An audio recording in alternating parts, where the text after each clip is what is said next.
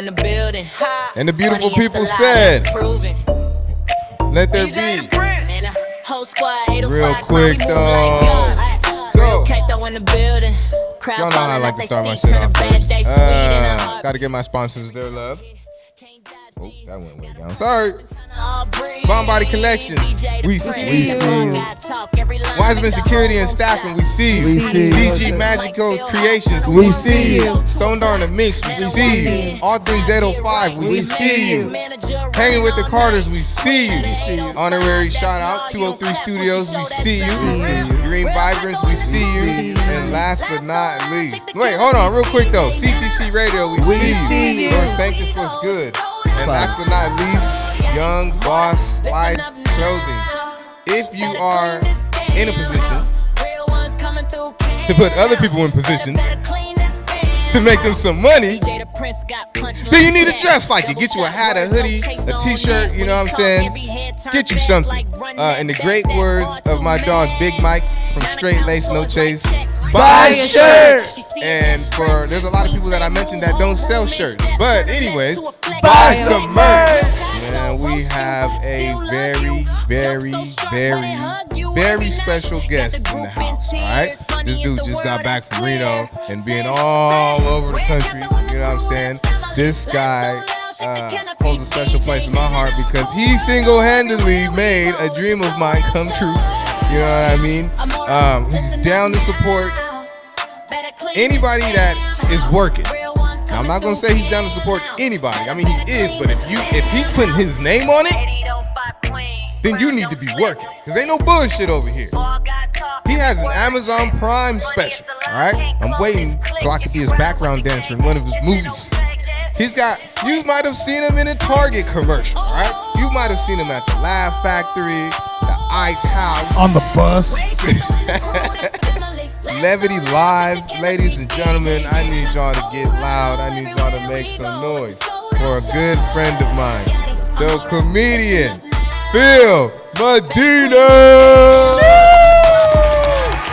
Yeah, we see you. We see you. Ironically speaking, I don't really see shit, but you see what I mean, y'all. Well, thanks for having me, man. I appreciate it. This is a long time coming. I think you've invited me onto this podcast for the last 3 years. Something like that, yeah. But in between time, you have allowed me to bless the stage with you a couple of times. It's been, and there'll be more.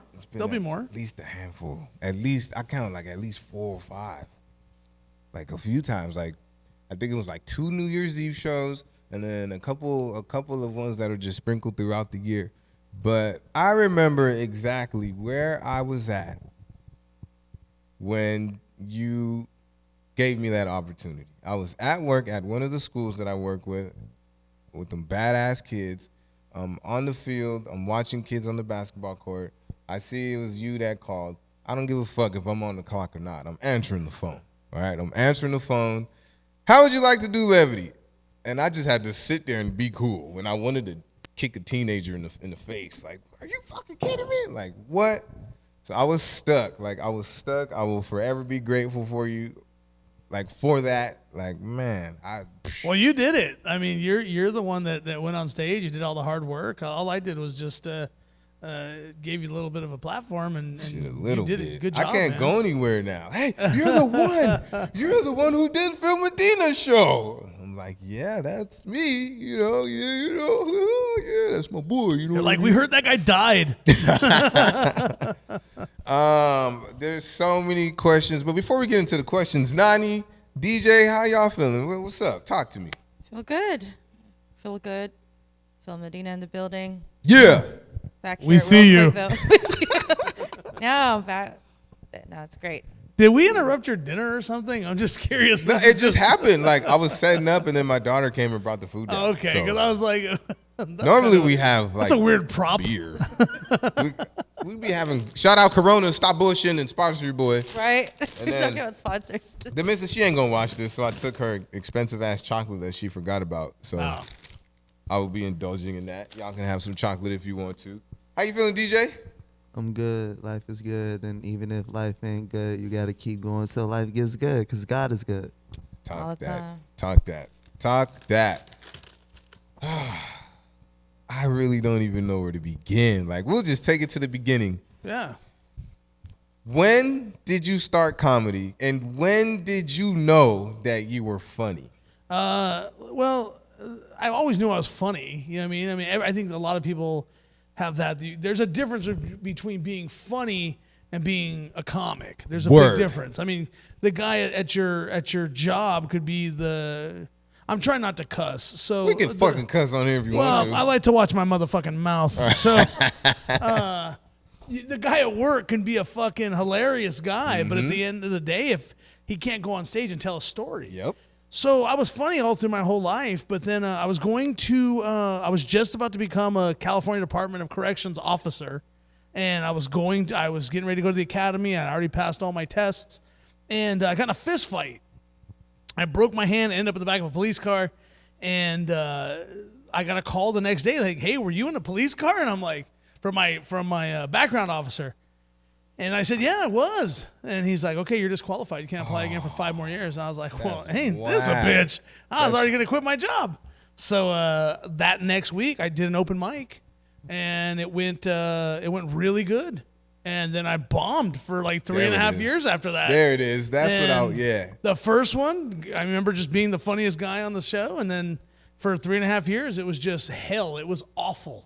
It was awful, and I was getting crazy opportunities like at the Hollywood Improv, the Ice House. Yeah. But most of my shows were in Fresno, so it wasn't good. But the thing was, I never quit, and it'll be 18 years in June. And I have never had a time off from stand-up ever. Damn. Just keep going. This is something that I also admire you for because I am shit at it, and it is the business side. Well, you're only shit at it if you say you're shit at it. If you say you're the best in the world at it, I mean, then you're the best in the world at it.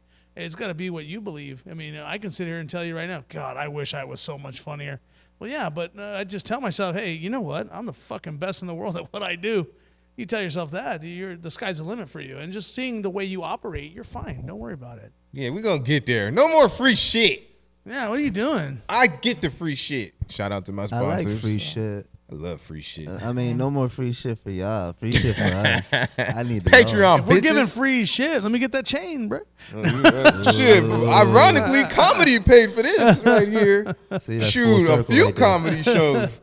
Okay, so what I was getting to was something that you taught me was, what's the point in being funny if you can't get people to the show? 100%. If you can't promote yourself, if 100%. You can't market yourself. We as and I say we as in comics who are of a different pigmentation, if you will. Mm-hmm. They are not looking for us. Flavored. They're not looking for us. So we have to fill the rooms. I mean, that's just the reality of it. It's not a knock against anybody who is not a black or Latino comic. It's not, because I'm Mexican, but I just happen to be Mexican. I'm a comedian first.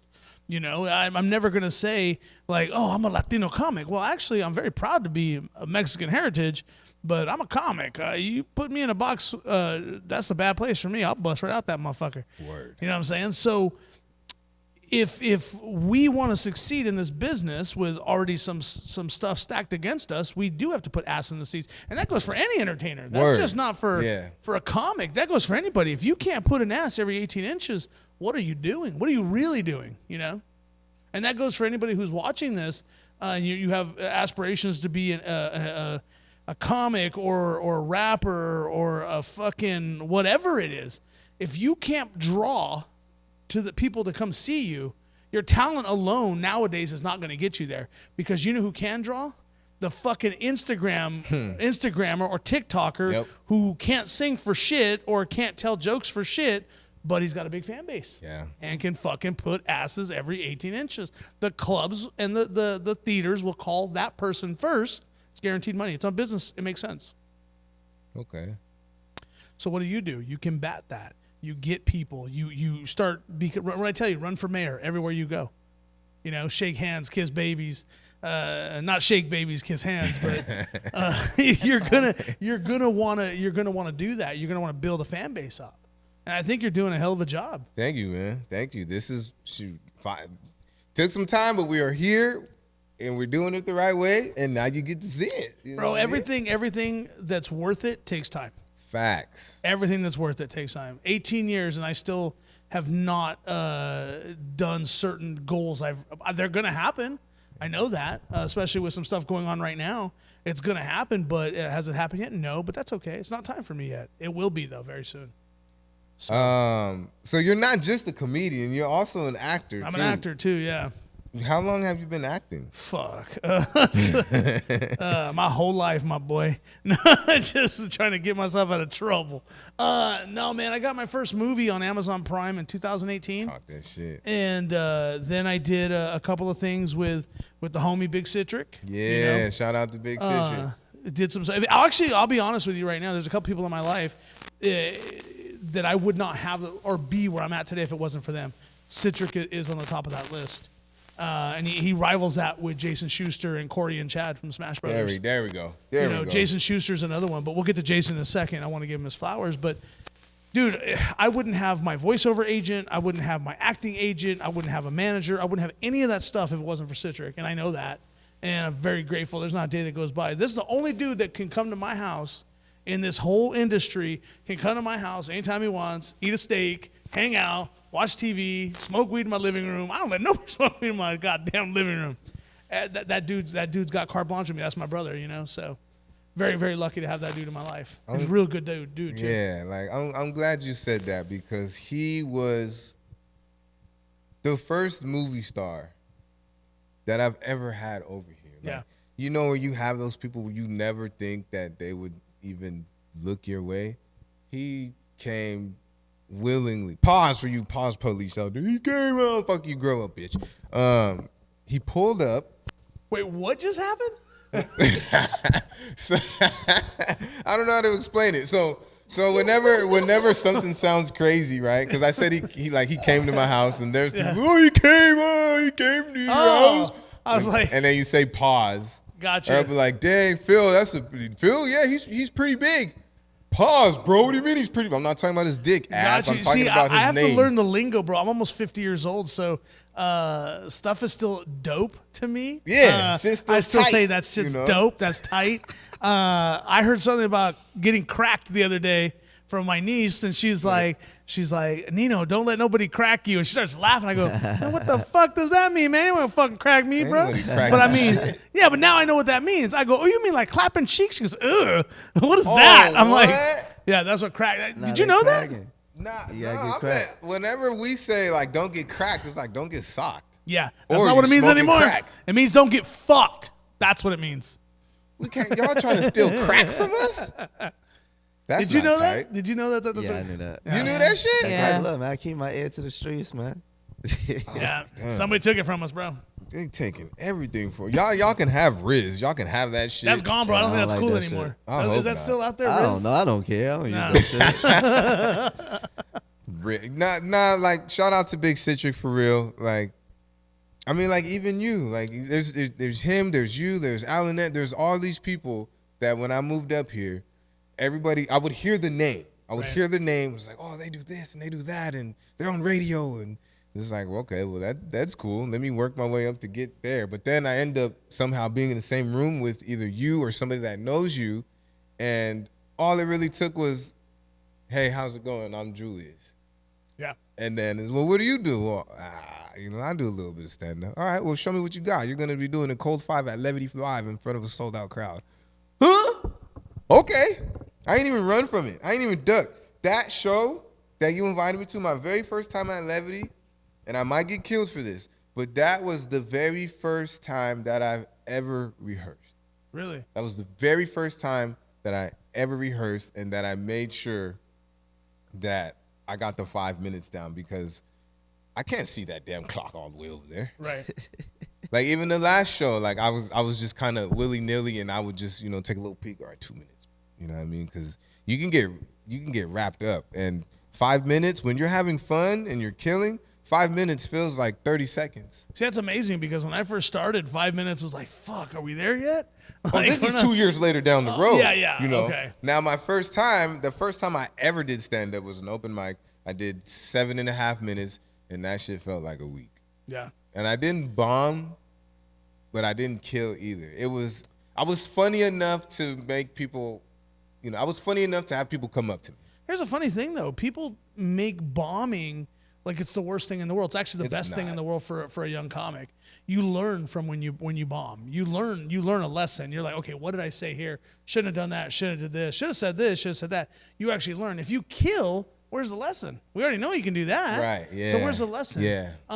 When you get to my level and where how long I've been doing this, there's not a lot of those bomb nights anymore. So there's not a lot of lessons. So I got to be my own worst critic and go. And Citric will tell you that. Talk to him real quick, though. Oh, I'm sorry. Excuse me. No, you're good. That's a drop. Like whenever you're dropping gems, whenever you're saying some real shit, you talk to him real quick, though. Talk to him real quick, though. So, like I was saying, can we get some gospel music in here? What I'm saying is, if you, when you bomb, you learn lessons. When you kill, you don't. So at this point in my career, there's not a lot of bombing going on. So I got to go back and watch a full hour of tape that I had just did and critique the shit out of it. Like, I hate that fucking comic so much that I have to fucking critique him, and that's me that I'm having to do that to. And that is the only way you will continue to rise and grind and get better. Because the minute you become your own biggest fan, you have died. Yeah. See, and I can't do that shit. Even if I wanted, I want to be my fan, but I can't do it. Because, no, there's always something that you can improve, especially when it's yours. There's always something. See, everyone everyone thinks like, oh man, Phil's gonna be this funny guy. Every time I'm on a fucking podcast, I end up fucking being Uncle Phil and spitting fucking the knowledge on shit, because a lot of people don't understand. Everyone thinks they just see the showbiz side of it. It's 5% show, 95% business. Right. So once you learn that, I mean, you're in. You'll slay this thing. Is slay still cool to say? I hope so. Yes, it is. Oh, thank you so much. My whole thing is just watching you, and this is just in Oxnard. I've watched you do it again and again and again and again and again, whether we're performing together or whether I'm in the crowd being a fan. Like, you find a way to do it again. When you go to watch other comedians, I don't. Okay. I don't. I'm not a big fan of stand-up comedy. I'll be honest with you. Not a fan of it at all, actually. There's two guys I'll still pay to go see, and I know one of them, so I don't think I mean, even if he said, hey, no, you don't got to pay, I'll pay a ticket. I mean, that's what you do. There's two guys I'll go see, but if it's not one of those two guys, and both of them have told me that I'm funny, so I don't. I'm not a fan of stand-up comedy. Now, you want to put me in front of any kind of concert with music, and I mean any kind of concert. I mean, I listen to everything from like gangster rap. I'm not a big fan of mumble mouth rap, but I know, but I love everything gangster rap, 90s rap. I love all hip hop, all R&B, all hard rock, heavy metal, 70s Southern classic rock. And no, I did not watch the Kid Rock Super Bowl halftime show. Yeah, see, I didn't. Man, we were talking about that shit yesterday. I didn't even know he had a show. I don't know. Well, I could tell you why, but this is probably not the right platform for that. So, hey, Happy Black History Month, everybody. We dibble and dabble. I just wouldn't do it during the Super Bowl. Well, they did it intentionally because they felt that more Americans would want to watch that. And then when the numbers came out, 10 million people watched the Turning Point USA Super Bowl halftime show, and 135 million people watched Bad Bunny fucking destroy. And I mean, and I think that's what he did. I thought Bad Bunny did a great job. Do it again, DJ. What is it? Yeah, there's a difference. You gotta be delusional. I know I'm delusional when it comes to certain shit, but you gotta be fucking delusional. I don't go super political. It's just not my move. I do it more I have my certain beliefs, and that's just what they are. But I don't know if it's more delusional or more hateful. Why that Super Bowl that halftime show took place. I mean, a lot of people said, well, it's not American. He spoke Spanish. Well, Bad Bunny's an American. He's Puerto Rican, and that's America. Just to let you know, like they were talking about, well, they should put Shania Twain up there. She's not an American. She's a Canadian. U2 is not Canadian, not Americans. They're British. We could go on and on and on. And so, but that's okay. No, I got a problem with that. Politics, believe whatever you want, but I got a problem with the hate. That's my biggest There thing. it is. Yeah, see. That's it. Hey, Yak Wiz over here. I am not the political guy. You guys know I'm not. Everybody needs to just love everybody and do right and mind your damn business. Bro, right? I was in Florida doing shows, right? And I met some people who are ultra MAGA people, right? And they thought one way about me until I actually had a conversation with them, a real conversation. And I felt one way about them, right? And Yeah. and I'm not. Listen, I don't claim either one of those gangs, right? But everybody just wants the same thing. It's don't let your algorithm fucking make you hate your neighbor. That's all that comes down to. Think for yourself. People are people. Everybody pretty much just wants the same thing. And that's it, man. Your algorithm fucking... Talk to him real quick, though. Now I know what that means. Don't let your algorithm... Listen, man, with my algorithm, I've already said it like this. I love guns. All right, I'm a gun-toting guy. I love barbecues. Me too. I like looking at beautiful dwarfs. Okay. Me too. Listen, if I get a dwarf with big titties, barbecue, and firing an AK-47, that's my algorithm. That's what I want. God bless America. I don't need none of that political bullshit to make Democrats or Republicans look stupid. It's a gang that we're not in that gang. That so, part. yeah, you know what I'm saying? We're not in that fucking gang, so why are we fucking fighting so hard for it? Give me some fucking cheaper gas and some cheaper taxes. Cheaper that's eggs, it. cheaper toilet And paper. Cheaper everything. Stop Give us cheaper bullshitting. everything. But at the same time, too, I'm not afraid to work for it, but I ain't trying to pay fucking $8,000 a month to live in my goddamn house. Talk about it. You know what I'm saying? So, my rent just went up $250. I'm tripping. lucky. Tripping. Rent went up $250. I mean, I guess I have a nice place to live, but $250? Like, fuck. Yeah, that's congratulations. It's only $250. 8,000 a month. I want to smoke weed on your couch. $8,000.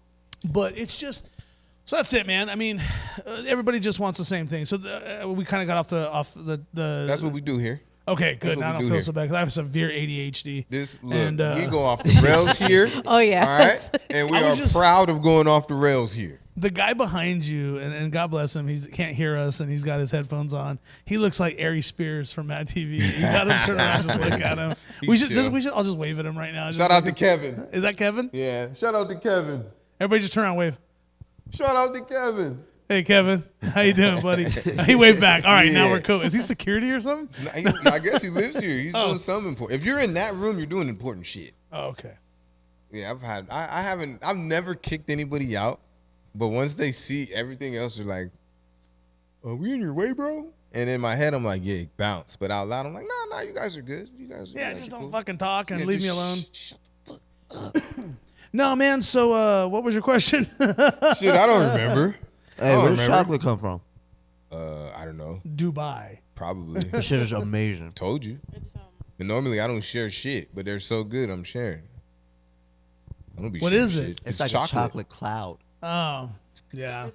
Good. I can't do it. I'm still dieting and can't eat that stuff. Oh, but crazy. That's like yeah, fat free. that's all bad. That might have came from the ground for real. So when we get in this game, some of us meet our heroes, some of us don't. Some of us end up in the same room as some pretty big names, like myself, for example, BT Kingsley, Mike Epps, Kelly K-Dub, Brent Taylor, and so many more. Who are some of the big names that you've got to meet? Well, the two that I said I would still pay for is George Lopez, and George is amazing. Don't ever let anybody's perception, because whatever they feel or whatever jealousy runs through them about George. George is a very giving guy. I had a morning radio show in Santa Barbara for 2 years. I think we've talked about this. Yeah. George was my first guest. George Lopez, my very first guest. Still talk to him. Super great guy. He helped me. He helped me more than he'll ever realize. Second guy, and if you guys don't know who this is, check him out. He's very funny. Bill Burr. Met Bill Burr at the Comedy Store. He's made his rounds around here. Bill Burr is one of the funniest stand-up comics you will ever meet. I love Bill Burr. You know who Bill Burr is? Bill is... Yeah. I brought him up twice. Once at the Comedy Store, once at the Improv, and both times he went, "Funny guy. You're a funny guy." I love And I'm Bill like, "Oh, man. That's amazing." Yeah. And I don't mark out to anybody. But that was amazing. That was fun. I have, like I said, been doing this a long time, met a lot of people, done massive shows. I did a show in Sacramento with 8,000 people. You think you had a hard time going up cold for 5 minutes? I had to do 60 minutes cold. Damn! Because of the headliner was late because of his flight. So he said, do an hour cold. And I did. And I'll send you the video you can add to this. It's just a small video where you can hear the roars of laughter. I was very, very happy that night. But, dude, this thing comes in phases. We do, I can be, listen, I was at the Laugh Factory, sold out. 2 shows I sold out in Covina, the Laugh Factory. And then I'm at a place called the Humdinger Brewery the very next fucking night in San Luis Obispo. So it comes in ebbs and flows. Yeah. We know about that, but we've never been there. Heard about it a lot, though. Oh, next time I'm there, we'll talk to Jason Schuster and we'll get you on. And I want to give Jason a mention real quick, if that's cool. Jason has been so giving in my career. It's been amazing. He has been the guy that has said, hey, I believe in you. We met one night at a show where Tom Arnold didn't show up. And they said, Phil, you're the most senior comic next to Jamie Kennedy. We're going to have you do 30 minutes in Tom Arnold's place. I'm like, okay, I'll do it. Met Jason. Jason came to my Netflix as a joke show at the Miracle Theater. I don't know why you weren't there, but it's neither here nor there. I think I invited you and was offered you tickets, but hey, fuck it, right? So Jason came, and then Jason just said, hey, I want to work with you. I want to manage you. And Jason's a good comic. He's funny as shit. So for somebody at that level to say, hey, I want to work with you, is amazing. Jason got Jason tells me the whole goal for him is to make sure that Phil Medina, the brand, is nationally recognized. And he's doing a hell of a job. I mean, he's gotten me to the East Coast. I did one of the biggest comedy clubs on the East Coast, Magoobies, headlined that because of him. I got a standing ovation at Rodney Dangerfield's comedy club in New York City because of him. In Florida, we stayed at a $20 million beach house because of Jason. So Jason is a super great guy, and he's such an instrumental part in my career, and I absolutely love that guy. And there's a lot of people who will go and say, oh, yeah, I'm doing this, I'm doing that, I'm doing this, I'm doing that, but don't give credit to anybody who helped them fucking get there. And I'm never going to be that guy. I'll recognize Citric, Jason, and Corey and Chad all day, because before Corey and Chad, nobody wanted to take me on the road, ever. Because they said, hey, you're just too funny to be a feature comic. You're doing 20 minutes and you're killing and you're making it hard for us. Okay, I wanted to get into that too, because I'm there's an etiquette to comedy, and I'm still learning some of it. For example, if you are a comic and you are a fan of comedy and you go to comedy shows, don't let everybody know that you're a comedian also. Bitch, it ain't your show. If you're there to be a fan, be a fan. Be a fan and spend the money and tip. You fucking dicks. Tip. Yeah, my bad. That shit kind of irked me a little bit. Don't come to one of my shows and you're not taking care of the people that are taking care of you, because you're making me look crazy. Minimum, when I'm at Levity Live, you've been on the shows and you'll see the lineup, and it says tip the green room staff. I think you're the only guy, and Denise are the only two people that have ever tipped the staff outside of me. It's important. That Levity green room waiter or waitress always gets $100 minimum from me, because I'm grateful that they're there. There's etiquettes you got to follow as a comic. Don't order up in the green room. Just because it's free doesn't mean it's free. Somebody's paying for it. 9 out of 10 times it's me, the headliner. So you don't want to do that. And there's so many things, but don't focus so much on etiquette as a newer comic. Focus on the things that really matter, like being funny, drawing, those things. You don't focus so much on what the etiquette is, because honestly, if I don't fucking like something that's going on in my green room, I'll throw you right the fuck out. I think you've seen me do that before. When I tell people, okay, get the fuck out of here, I'm tired of all these people in my green room. Oh yeah, don't bring a lot of people to the green room. There you go. Yeah, that's the one thing. That's the one thing I don't like. If you're invited back there, just you, not fucking you, your friends, your sisters, neighbors. I fucking can't stand that. You did tell me a story one time. Don't mention names, but No. But you had went up, right? You had went up, and then you came back, and like for some reason, everybody that you booked was standing. Yeah. And it's like, y'all eating all the Cheetos, y'all drank all the water, y'all didn't even go. Who are you here with? Right. Like y'all gotta go. Well, they were actually ordering food, and they were putting on the green room tab. And so I pulled the comic aside that brought these people. And I said, I need $320 from you right now. He's like, oh, but for what? And I go, your people just went in there and fucking just destroyed my green room. And they ordered up a bunch of shit, a bunch of drinks, a bunch of food. And you're a comic, and you know better than that. So he goes, I don't got it. I go, well, I'm not going to pay you tonight then. And it's going to go to the bill. And it did. It went right to the bill because I don't think that's fair, you know. So it's not fair. But I'm a pretty chill fucking guy too. Like when I'm when in my drinking days, as you remember, there was fucking I would bring my own bottle. I'm not gonna fucking let the club pay for my drinks. That's so immature and so not professional. Exactly. Me being drunk as fuck isn't professional either. But because I don't remember that second New Year's Eve show. Really? No, I don't remember it at all. I was so fucked up. Hey, do you want me to send you the clip of when I fell on stage? I heard you guys talking about it. Yeah, we talking about it. We saw it. We saw it. I'll send you the clip. It's hilarious. Because did you see the video when he fell? Yeah. No, you fell? Yeah. That's why. Because did I clip that? Because what I was saying was, I had brought him up. I said, no, we got to talk about you. Because he didn't fall off the stage or up the stage. He fell through the stage. And my whole point was, that shit only happens to the greats. Like, I might have to fall off of a stage on purpose so I could be a great. But I said another great that happened to was Phil Medina. I said, that nigga fell up the damn stairs. You're a pro. You kept going.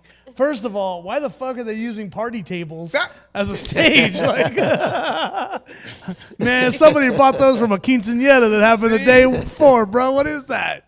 And I'm glad that you said that, and even that you noticed that, because you're not a fan of comedy, but I am, and sometimes I have to fight myself into really enjoying the set that somebody else is doing, because it doesn't matter what you do, you know what I'm saying? You can play basketball. If you watch somebody else play basketball, oh, his crossover's whack. He should have did it like this. Or, you know, for like just like that right there. What the fuck are they doing using foldable chairs as stages? They need to get in a real stage. So there comes that, like, we critique everything and we can't necessarily enjoy what it is that we're a fan of, i.e. comedy. So the way I look at that is I kind of don't do that, and I'll tell you why. Because first of all, that fucking stage never would have held me. That's the first thing. The second thing is what I'm more of a critiquing there is the promoter. I'm like, dude, what are you doing? You're gonna fucking hurt somebody. I was the only one. That shit. You could have gotten hurt. I mean, just look at that. Word. You could have broken your leg. No, he scraped his. You could have gotten really fucked up. So that's what I critique. Now I look at it like this, dude. I'm a huge football fan. Love football, dude. And I don't give a fuck all of your audience if they don't like the Dallas Cowboys, and that's what I'm about. Yeah, you heard him. Shout out to the Cowboys. I'm just kidding. Not fuck all you guys. I actually like you guys, but are you not a Cowboy fan? I'm a Giants fan. It could be worse, bro. You're not an Eagles fan, and that's what's important. Fuck the Eagles. So here's the thing. Here's the thing. I was in Philly in November and did a show. It was 2 sold-out shows in Philadelphia, and one of the guys came up to me, and he was so fucking drunk. He goes, bro, you're so fucking funny. I fucking love you, bro. Bro, can I get a fucking picture with you? This fucking guy right here. You're my fucking favorite comedian. And I was like, and I'm drunk too. Yeah. And I'm like, hey, bro, you're fucking awesome, bro. By the way, are you an Eagles fan? He goes, fuck yeah, fly, Eagles, fly, motherfucker. I go, fuck the Eagles, homeboy. It's about the Cowboys. He goes, fuck you, motherfucker. And he starts taking his shirt off to fight me. Damn, I'm like, hey, let's get the fuck out of here. Yeah, let's go. This guy apparently is the mascot, so let's get the fuck out of here. Yeah, fuck the Eagles fans, all right? That's that one thing I'm going to say. Beagles. They're not crazy. They're delusional is what they are. I love Cowboy fans are delusional, too. No, we're not delusional. You know who are delusional fans? We know we suck. The Dallas Cowboy fans, we know we suck. Raider fans know they suck. You know the most delusional fans are in the NFL are the fucking San Francisco Giants fans. They think they actually got a fucking team. And they don't. You have a couple of good players, and you have a whack team. It's so funny because I have people that are like, oh, the fucking Niners go do. Hey, look, your team sucks too. It just took you 2 weeks. It took you 2 weeks longer to fucking find out that the fucking Niners suck because they made 2 playoff games. They suck. Brock Purdy sucks. Sucks. Oh, wow. Jimmy Garoppolo sucks. Well, he's not there anymore. No, but he still sucks. I actually like Garoppolo. I thought he was a good quarterback. The thing was, he fucked someone in the office because they got rid of him. Oh, he did the LeBron. Oh, I don't know if that's what happened for sure. I'm just saying, to get that kind of heat after going to a Super Bowl. Did you see how he played in that Super Bowl, though? He was... I'm sure he was trash. Yeah. Well, the Niners are trash. Where's Bosa? That fucking dude can't stand sucks. the Niners. Fucking, and you know who I do like? I do like Kittle. I like George Kittle. yeah, George Kittle's fucking. definitely. He's just cool He's as cool. fuck. But the rest tight end in the of league. Brock Purdy, what I would do, I would fucking take Shanahan and Purdy, fire them both because of the fucking delusion that the fucking Niner fans have. Fuck Shanahan. Fuck Brock Purdy. Who else to fuck? Fuck San Francisco. Yeah. Fuck Levi Stadium. Fuck Levi Stadium. I've been there one time and we won. I actually liked it. I went to WrestleMania, WrestleMania 31 there. It was fun. I had a blast there. Did you get to keep the chair? Fuck no, I didn't have that kind of money, bro. I was still working at the grocery store at that point, dude. I ain't got no fucking money for a chair, bro. I need to go to one. I'm going in Vegas. The next WrestleMania? Mm-hmm. Damn, man. Who's your favorite wrestler Of all time, of all time? Bret Hart is my Okay. favorite wrestler of all time. Okay, I fuck with that. And Bret Hart, I'm really good friends with his niece, and that's the British Bulldog, Davey Boy Smith's daughter. Shit, okay. She's one of my best friends. There and her brother Harry, they're good friends of mine. I know their mom Diana. Crazy. I know her boyfriend Shelton Benjamin. Oh, Yeah. shit. So it's I'm a little juiced in, and I'm also, and you know who I think is great. I'm not a big AEW fan, but Scorpio Sky, shout to Sky, like Okay. a friend. That's a good friend of mine. So it's bro, I'm telling you, it's professional wrestling is life. Yeah. But right now, my favorite wrestler next to Bret Hart, hands down. You go to my house, I have totes full of toys, unopened figures. My favorite is CM Punk. Oh, Nice. wow. CM Punk okay. is the Right. GOAT, the Okay. greatest of all time. And his name is Phil. So let's go. Very straight edge of you, sir. Yeah, really, as much fucking drugs and shit as I do. I remember one time, man, I was doing so much fucking cocaine. I was like, how do I like this guy? It's so funny. I was like the only person on coke that fucking gained weight. That was the crazy thing. Damn. I think my drug dealer was like, are you putting this on pizza? What the fuck are you doing? Anyway, fuck the Niners. Fuck the Niners. I will say this about the Niners. Y'all got some fine-ass fans. Nah. The Niners got I mean, some of those guys look all right, but some of those guys look good, but I see. Funny as shit. I see you. I see you. Some of them Niner fans, some of them Niner girls got Listen, man, like I fans. said, Dallas Cowboys all the way. Been a Cowboys fan for 30 plus years. Before they got good in the 90s, I was a Cowboys fan. And growing up with nothing but Raiders fans in my house. Same. And I was just like, it's so funny, man. My brother, a hardcore Raider fan, and I asked him, who do you think would win in a fist fight, a Raider fan or a soccer hooligan? What do you think? Who's drunker? No, it doesn't matter. Just let's say they're equal. Everything's equal. Who wins in a fist fight, Raider fan or a fucking soccer hooligan? I'm giving it to the soccer hooligan. What do you think? Yeah, I think I'm going to go to Soccer Hooligan. And you? I'm a Raiders fan, but the other one. Yeah. See, And you're I'll a tell you lover. why. I'll tell you why. Here's the thing. Soccer hooligans, and I told my brother this, soccer hooligans will win every time. Those are some crazy motherfuckers. Yeah. You get some Irish soccer hooligans, dude, these motherfuckers will burn down their own stadium. Crazy shit. Raider fans can't even afford matches. So fucking, let's be real. All right, enough of the jokes. Now, Rest in back peace to the to Al serious Davis. side of this thing. Nah, man, it's yeah. If you look at my career, it's on a lot of parallels with pro wrestling because I trained to be a pro wrestler. When I was 18, from 18 to 20, I trained. I'll send you pictures if you want to upload them onto your show. I trained to do it. It's very hard. It turns out I'm not an athlete, and it's the hardest thing I ever did. Ever in my life. It is so fucking hard. People think it's isn't it fake? Go ahead and get in there. Okay, you go take a Get chair in to the there, back. and then so that was my first go round with it, and my second one I worked as on the television side of it. I worked for Lucha Extreme Pro Wrestling. I started off as a guest ring announcer. The Raging Bull, Manny Fernandez, loved, and the old school wrestler, loved my voice and said, we'll make you a permanent ring announcer. That lasted for about 6 months. Then I went to become lead play-by-play. and I did lead play-by-play for 2 years on my network TV in 5 different markets for Lucha Extreme Pro Wrestling. And I was just about to start writing the storylines. I was helping with backstage producing and stuff, but was going to start writing storylines, and we couldn't come to a deal, and I quit. So I left. Let's say that. I left, and they are doing well. I'm doing well, so it worked out good. But I have been a pro wrestling fan since April 1989. That's when I was born, February 1989. Yeah, bro, it's life. Been to 4 WrestleManias, 3 Royal Rumbles. Never been to a SummerSlam. Been to a bunch of other pay-per-views. Haven't been to SummerSlam, but I have been to Survivor Series. Went to the one in San Diego. That one was fire. That was amazing. I'm interested in going to WrestleMania in Saudi, just because I heard it's going to be a little bit cheaper. But I will be at WrestleMania in Vegas. So I went last year too and saw CM Punk in the main event. That's all I cared about. So I was filming for Amazon Prime the next night, so I couldn't make it the next night. Yeah. So, this was months ago. Yeah, it was a year ago. Fucking time be going by fast as hell. Yeah, I got to go. McDonald's closes in about 10 minutes. So. In-N-Out is up until 1, and it's right across the street.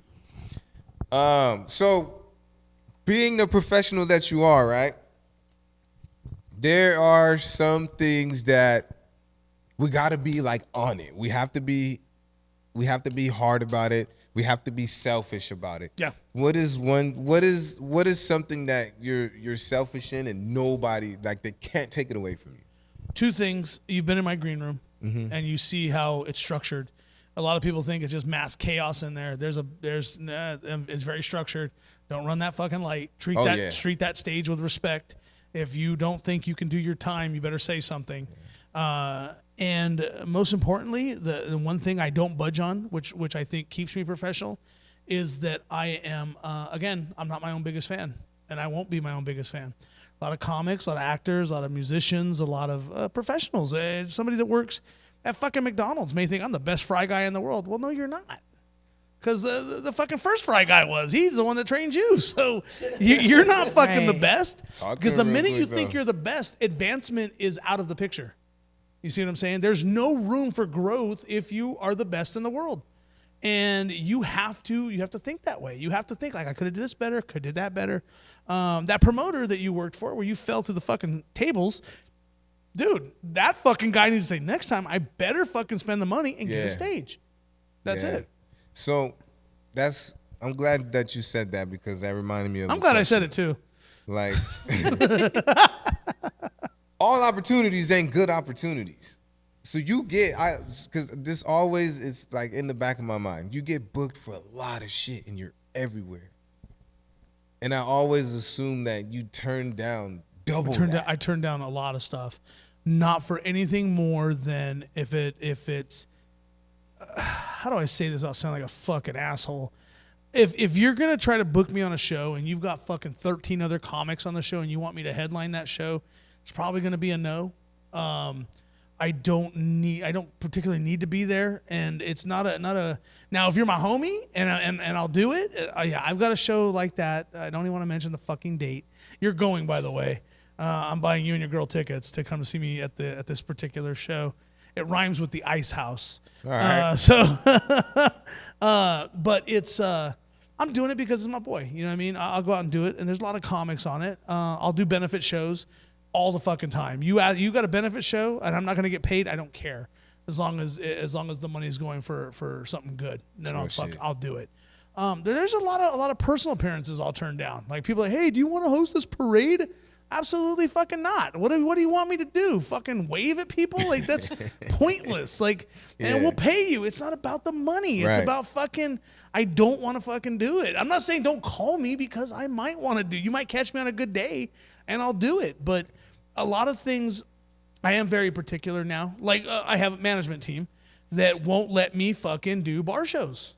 They like, hey, you're not doing them. And if I do them, I've got to be very stealth about it. Because like, hey, we don't want you to do that because how can we get you to work on a Netflix show when you're or some big streaming service? How can we get you to do that if you are fucking doing a bar show? We can't have the thing say Budweiser behind you And you're over here fucking telling jokes. It's got to say Improv, Laugh Factory, Ice House, Comedy Store, stuff like that. It's got to be a comedy club. And yeah, it's been going well for me because, listen, I'm the national voice of a fucking pizza chain now. So. Fucking talk that shit. Facts. I want some pizza? I'm lactose. Put the lactate cheese on my shit. That's disgusting. Anyway, how dare you? The Ice House show. Me and the missus went. That night that I don't went. even remember what night that was, but I remember you being there. So I didn't really. It was my first time being there. And I learned that there was 2 rooms. Right. It was you. I think his name is Ahmad, and Blake Barté. Was it that show? I think it was that show. Blake was it? Wait, okay. Me and Blake performed at Levity, right? Maybe. Because I think it was him, and then there was a wrestler friend of yours that performed too. At Levity? Yeah. That was the Butcher. Yeah, from AEW. Crazy shit. Yeah. Shout out to Boom Shasta. I didn't forget about you, my guy. Yeah, Boom Shakalaka. And Willie Barcena. Yeah, Willie. Willie is a killer. Willie's is a beast. He's one of the very best in stand-up comedy, and I'm not just saying that. I'm not out of. Listen, I'm not gonna give you flowers if I'm just not gonna blow smoke up your ass and tell you, hey, you're the fucking best, and you've only been doing this a year. No, Willie's been doing this for like 30 years, and Willie it's so fucking good. Killer. He's his a beast. Voice, his posture, his delivery, it's total professional. It's just like, yeah, he'll have a drink in his hand sometimes. Like, yeah, man, you know, these fucking kids, right? And he's so natural. Like, he's a guy that can get away with saying, get a load of this guy. And it'll be the funniest shit you hear all night. But that night, I ran into people that I actually go out of my way to watch. That night, I watched Brent Taylor, Kanisha Buss, fucking Craig Smith. Right. Hey, how you going? Did you want to do an interview? Oh, no. Kevin! What's up, Kevin? You know, quick shout out to Kevin. He's my neighbor. I might have him up here. He might be an undercover lawyer. I need one. Yes, sir. Bye, Kevin.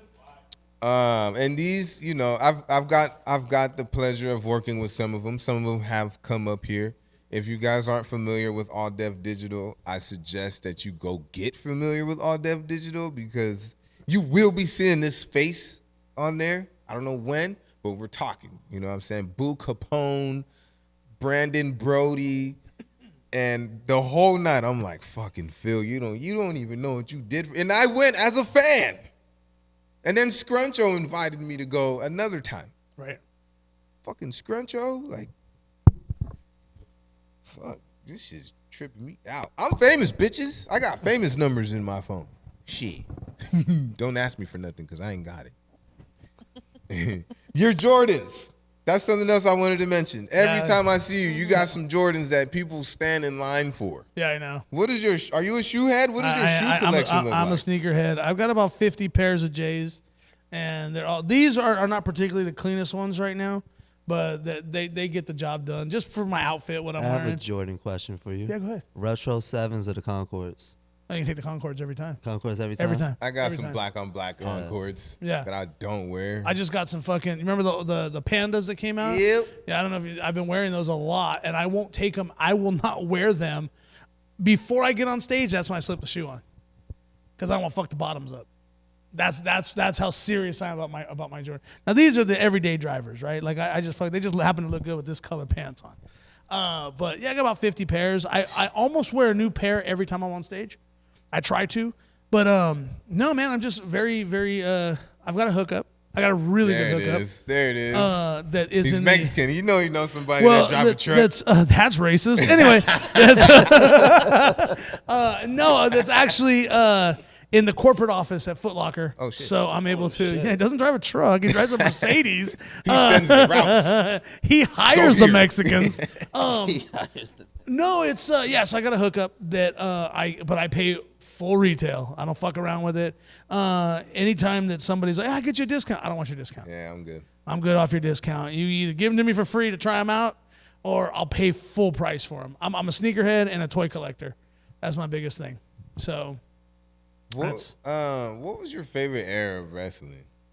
Fuck, it's hard to say. Good question. I like a lot of stuff right now. A lot of people don't like it right now. A lot of people complain just to fucking complain. The internet wrestling community is the fucking worst. They're armchair quarterback fucking kids who live in their mom's basement and they're 50 and they're fucking just want to complain about everything. Dude, take a sit back, enjoy the story. That's all. It's just fucking television. Now, favorite era, a lot of people would say, "Oh, the Attitude Era was the best." It wasn't. It wasn't the best. It was the most shocking. You know, we never saw a bald white dude start flipping everybody off and cussing. We never saw that before. We never saw a big ass Samoan dude fucking be at the top of the food chain before. We never saw certain things. Yeah. But there's nothing like the fucking 80s wrestling, bro. There's nothing like it. There's nothing like fucking Ric Flair, Bret Hart, Jim Neidhart, Hulk Hogan. I'm not a Hogan fan. Actually met Hulk Hogan a few months before he died at Hogan's Hangout. What? And did I tell you about this? No. In Florida. I'm not a fan. Listen, man, I could take a joke. Not a problem. But when you start getting hateful and racist, Right. I'm not a fan of Terry Bollea. I was never a fan of Hulk Hogan, and people are like, why don't you like Hulk Hogan? Because he tried to fuck Miss Elizabeth, man. And that was Randy Savage's girl, god damn it. So with Hogan, he shook my buddy Mark's hand. He shook my buddy Jason's hand. He came to shake my hand. I go, that doesn't work for me, brother. I'm good. I don't need a handshake. And he's like, oh, okay, brother. And then he just kept talking to them. Could tell I didn't want any part of it. And do I regret it? Maybe a little bit. I could have been nicer. I mean, I know better than to swim at his level.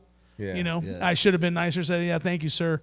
You know, and under my breath, go fuck yourself, you racist fuck. That's pretty boss though. Like, man, I fucking curved Hulk Hogan. Leave me alone. I don't give a fuck, bro. But now I feel bad though because he's dead. But what are you gonna do? 80s wrestling, man. There's nothing like it. We didn't get the stars. Yeah, in the Attitude Era, we got Austin, we got Rock, we had Bret Hart and Goldberg, and still had Ric Flair and Hogan and Hall and Nash. But right now, watch out right now, man. You've got stars that are going to be generational talents like Penta. I don't know if you've seen Penta. Penta is fucking amazing. His brother, Ray Phoenix, amazing. The guy who's going to be the fucking GOAT, there's two of them right now that I'm really keeping a close eye on, and that's Joe Hendry and Dominic Mysterio. Dominic Mysterio will be Dominic Mysterio's nice. the fucking greatest wrestler of all time at some point in his career. Very easily.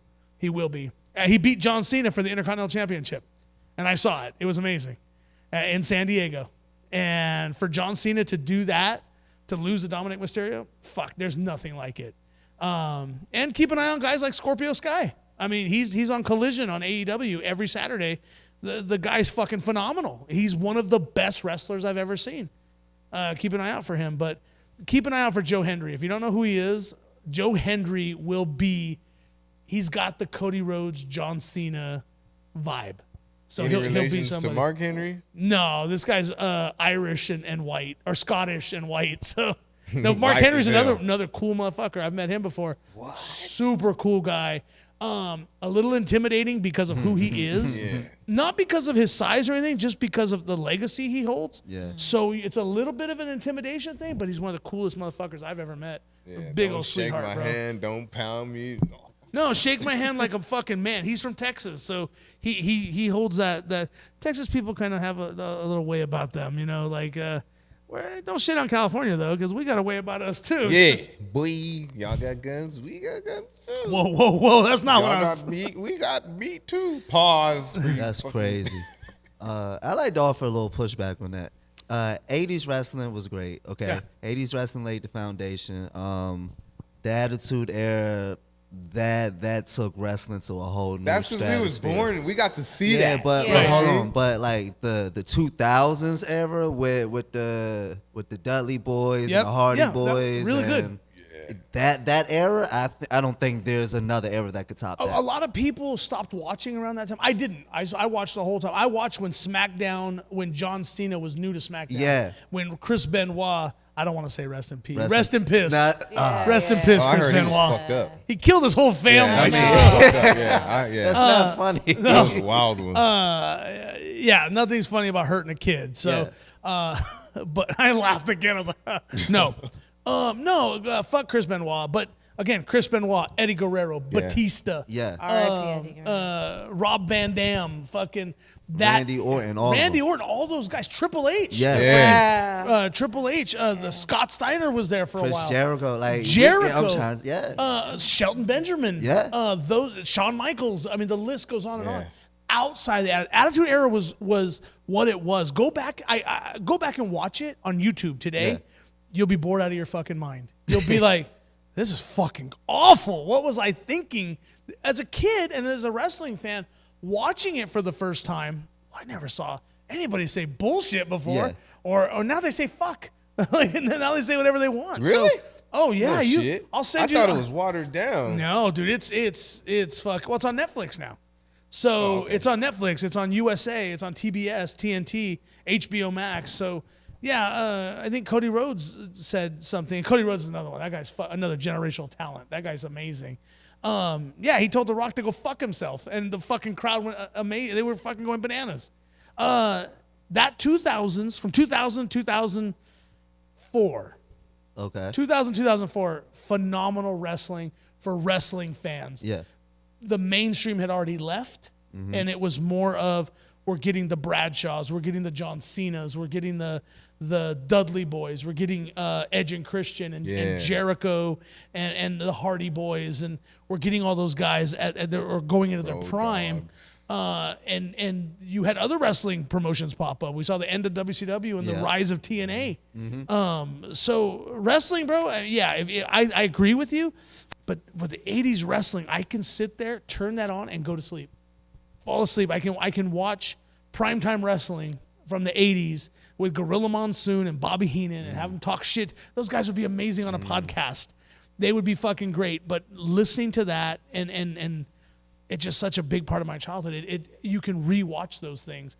Randy Savage versus Hulk Hogan, WrestleMania 5. Warrior versus Hogan, WrestleMania 6. Warrior Savage, WrestleMania 7. Warrior's Return. Roddy Piper and Bret Hart, WrestleMania 8. I can go on and on and on. I know everything about pro wrestling. I correct fucking Alexa all the time. Yeah, but that's my passion. And music, like I said, music is something that if I could play an instrument or I could rap or I could sing, my career would be on a whole different trajectory right now. Because music to me, music's the only form of entertainment that will make you cry. And it didn't mean to. Go back. I implore anybody to go back and listen to any Whitney Houston song. And that she had a voice of an angel. Yeah. Nobody. And Stevie Wonder's another one who, if you listen to his music, it will bring a tear to your eye just because of how beautiful it's arranged and it's good. Some of Michael Jackson's stuff from the Bad album is wow, unbelievable. Again, too, you want to get pumped up? Go listen to fucking Dre Day. Go listen to anything from Ice Cube. You go listen to anything from AC/DC. You want to get fucking riled up? Go listen to some Allman Brothers. Fucking all of that stuff, bro. It's music is where my passion is. Never stand-up. Stand-up comedy is my job. You know what I mean? Acting's my passion. I love acting, but stand-up comedy, I just happen to be fucking really good at it. And those are facts. Those are facts. Even when you think even when you think shit's getting dry, it's like, nah, no, it's not. No, it's not. My problem is I talk too much shit. If you've been to my shows, you see I will fuck with you. I think it's necessary, but I do it in such a way. I say the most vile shit to some. Like there'll be a 60-year. I think you guys were there. There's a fucking 60-year-old lady in there, and I ask her if she still likes to get fucked. But I say it with such an innocent face and a way that everybody, even the 60-year-olds, fucking cool with it. I asked a lady in Pittsburgh. No, Philly. I was in Philly, and I asked this. She was 89 years old. Damn. I won't say who her grandson is, but he is a major actor. Major. I'll tell you after this is over. All right. I got some ideas. Philly. But Nicolas Cage. Oh no! You. What'd you say? It's Nick Cage. Oh my God, his grandma, he's 80 years old. And I told her, I said something made her laugh. She spit her old fashioned out, spit it all over the floor. And I started out with, wow, look at this old fashioned, spitting out an old fashioned. First thing I said. Second thing I said was, I go, you look like one of those fountains spitting out water, but you're older. And then I said, I don't care. I like old bitches. Yeah. I said, I like old bitches. I go, let me work out those fucking those artificial hips. Yeah, let me iron them wrinkles out, When girl. I said that, I go, God damn. I go, I bet when you were a kid, you know how the national bird's an eagle? I go, bitch, when you were a kid, the national bird was a pterodactyl. And then I said, and then the kicker was, I go, when's the last time you sucked a dick, Mima? And she just looked at me. She goes, I don't want to tell you. And I said, I bet it was when Abraham Lincoln was president. So she fucking, everybody's laughing because of the way I did it. Right. I wasn't a fuck. I flirted with her, got her all riled up. I walked her out arm in arm, went to get her to her car. Now this woman is she is rich as shit because of who her family is. Super rich. And she told me, she was, you are my favorite comedian. And she was, thank you so much. And I was like, dang, I know her story. I know everything about her because I'm friends with her granddaughter. And I know the whole story. She was just a sweetheart. You see me at Levity Live, I will do that. Now, I've had opportunities where I've done some stuff like that. Everyone laugh. It's a good time. The next thing you know, I'm at the fucking local grocery store, and somebody comes up and thinks that we're not at the show now, and you're going to try to fight me. Yeah, get the fuck out of here. I'm not the one. Yeah. Now, a lot of people will be like, oh, he's just a teddy bear. Nah, that ain't true. I mean, I'm not that guy. Don't fucking mistake me for fucking one thing. Yeah, I'm not. You could do it. There if you is want a to. fucking you. I'm getting that last laugh. It will be the worst day for everybody. How you deal with hecklers? Easy. I'm funnier than them. That's how. Thank you. I don't be getting pressed over a heckler, bro. You suck. I don't have that problem, but I mean, fucking. I did. Well, first time at the Hollywood Improv, somebody said, "This guy fucking sucks," and he's right in the front when he said it, and I was just like, "Oh God." Fucking everything just fucking sank. I've only been doing stand-up 9 months, and I'm at the Hollywood Improv, and I'm from Fresno, and doing that shit. And everything went dark. I couldn't hear anything. All I saw was this guy in his fucking Affliction shirt with his LA 10 girlfriend look at his watch, look at her and be like, this guy fucking sucks. And I'll never forget that moment. Never forget. I cut my set. I was only doing 5 minutes. I cut it down to about 3 and I got off stage. And I was heartbroken because I went up there thinking I could do this and I was not ready. Had no business on that stage. And you have to be real with yourself. You got to have those conversations with yourself. How we go back full circle in this interview. You got to be real with yourself. You have to fucking be honest with yourself. If you sit here and you think, oh man, I don't need this. No, you have, it's called 10,000 hours to perfection. You put those 10,000 hours in. Dude, I didn't want to do a lot of bar shows, but I had to do them. I didn't want to go do fucking rooms where nobody was paying attention, but I had to do them. People ask, how do you stay so sharp? Because I'm very selective on the shows I do. Dude, I perform in my garage every day. An hour. Every day. You're not going to fucking you're not going to go to a gym one day and try to bench press 500 pounds. Right. It's not going to fucking happen. You do that, you will die. You go on stage and you try to do crowd work or tell a joke or tell a story and you've never done it, you're going to die. You get 10,000 hours to perfection. You get those 10,000 hours in, you will be successful. You'll get it to perfect. And that's what you have to do. I'm still working on my 10,000 hours, so that's why an hour a day. And what's the worst room to do it in when nobody's there? Just my garage. No laughs, no nothing. I'm at the point to where if I laugh, I know it's funny. Yes. If you're performing, when it clicks to you and makes you feel good, you know it's going to hit. Yeah, you know those lyrics are going to work. Exactly. And that's what a lot of people don't understand. A lot of people are like, oh, yeah, let me just go out there and do this mic real quick. It's more than that. It's more. Listen, man, I know how talented you are. And I'll be the first one to say, I told you in a private conversation, I'm a fan. Thank you. You're very good. Like, I love your music. As a matter of fact, I said this in private, but I'll do it in public now. March 6th, I want you at my show at Levity. March 6th. March 6th. Live. Oh, yeah. Levity Live. Yeah. I want you to come out because I'm going to introduce you to my fan base.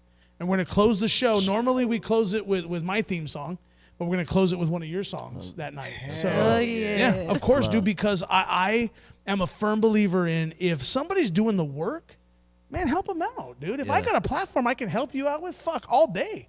All day. Not because I'm like, oh, man, you're going to be so successful, you better pay me back. Bro, I could sit here right now and tell you one of the most successful influencers, because I don't really want to call him a comic, but he would open for me. And he said, hey, Phil, I got you, bro. When I make it, I'm going to fucking have you open for me. I'm going to have you, I'll help you out. He blocked me as soon as he started getting the big gigs. Wow. And that's okay, bro. That's his blessing. And I'm perfectly fine with that because realistically, we did a show together and the motherfucker couldn't follow me. So I don't blame him. I don't blame him not wanting to work that fucking hard every single night. Some guys that don't have it in them. Me personally, I like the challenge. Yeah. When I'm on the road, it sometimes, and this is taught by Corey and Chad, sometimes they'll be like, hey, Phil, you're closing the show tonight. You need to have a strong feature. You need to see what it's like for the fucking comic before you to crush the room and you follow. That sharpens my pencil, is what they say. And they do that sometimes. So we don't like necessarily to do stuff like that, but let's be uncomfortable. Let's get uncomfortable now so it's comfortable later. You know what I'm saying? Get the hard stuff done now.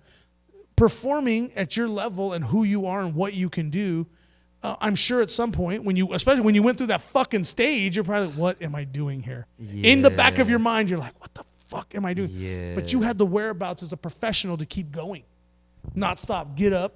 It probably hurt like a motherfucker. It did. Yeah, he kept going. Right. At Levity Live, I wish they'd add a fucking light on that bottom step because you cannot see. You can't see that shit, especially So I missed the step. Denise missed the step. We both almost barrel rolled right into the fucking green room.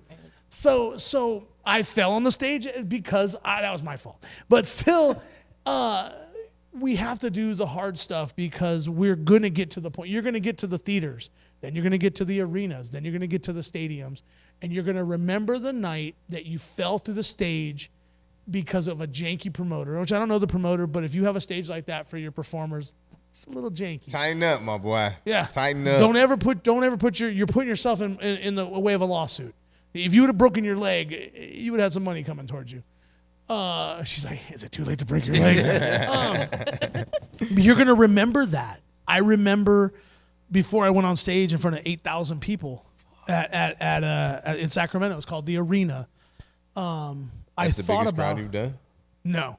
13,000 with Paul Rodriguez. Wow. Yeah. Paul Rodriguez? Yeah. I love Paul Rodriguez. Paul's a super nice guy too. Rodriguez I love Paul. Is amazing. 13,000 at the Tulare Convention Center, and it was that was another bad night. That was not a good night for Phil Medina because the fucking DJ from the radio was doing the announcing, and he goes, "Are you guys ready for Paul Rodriguez?" And they went fucking nuts. He goes, "All right, ladies and gentlemen, first here's Phil Medina," and booze. Fucking booze. Shit, what That's crazy. Booze. He got him that so only riled works at up. hip hop concerts. Yes. Yep. That don't work for comedy shows. And that's the thing. Some people, if you ever see comedy married to a music show, don't do it. Thank you. They look alike. They sound alike. You would think it's a dog, but one's a cat. Okay. They are different fucking animals. Your comedy fans are not there to hear you sing, and your music fans are not there to hear jokes. They're there for two different reasons. Yeah. They're both full of energy, both full of fucking a positive vibe, a fun vibe. But when you get down to it, they're two different animals completely. Yeah. I sure as fuck. I went to go see. I saw Garth Brooks in Vegas. If he had a comic open for him, I'd be fucking really annoyed. I would be fucking really pissed and really annoyed because I don't want to see that shit. That's not what I'm here for. So listen. When I saw I saw Dr. Dre, Eminem. I saw the Up in Smoke tour. Right. Oh, right. Great tour. Nice. Yeah. Great tour. tour. I saw that in 2001 at the Celland Arena in Fresno. And a comedian by the name of Mike Epps opened that show up, and I've never seen. He got booed so hard, because we weren't there for that. Yeah. We're already high. We're not trying to hear his dialogue. You know, we don't want to hear. We don't want to hear his stories. We're here to see Eminem because Eminem was blowing up at that time.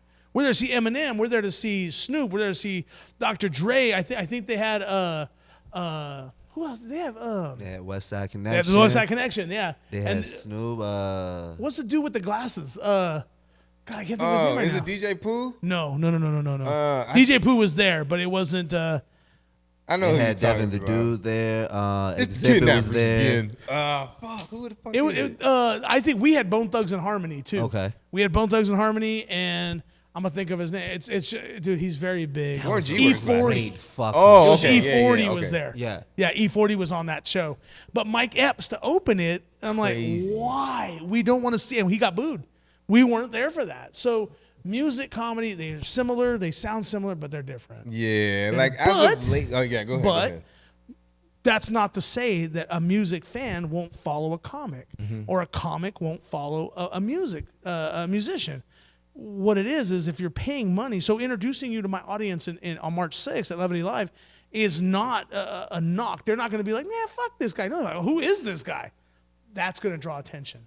And what I'm going to ask the DJ to do is get your QR code to follow you on your socials, so he can put it on the screen and hook you up. You deserve it, man. You're really talented. Thank you. You're really Thank you, talented. Phil. Of course, Yeah. you're really talented, and I want to see you succeed.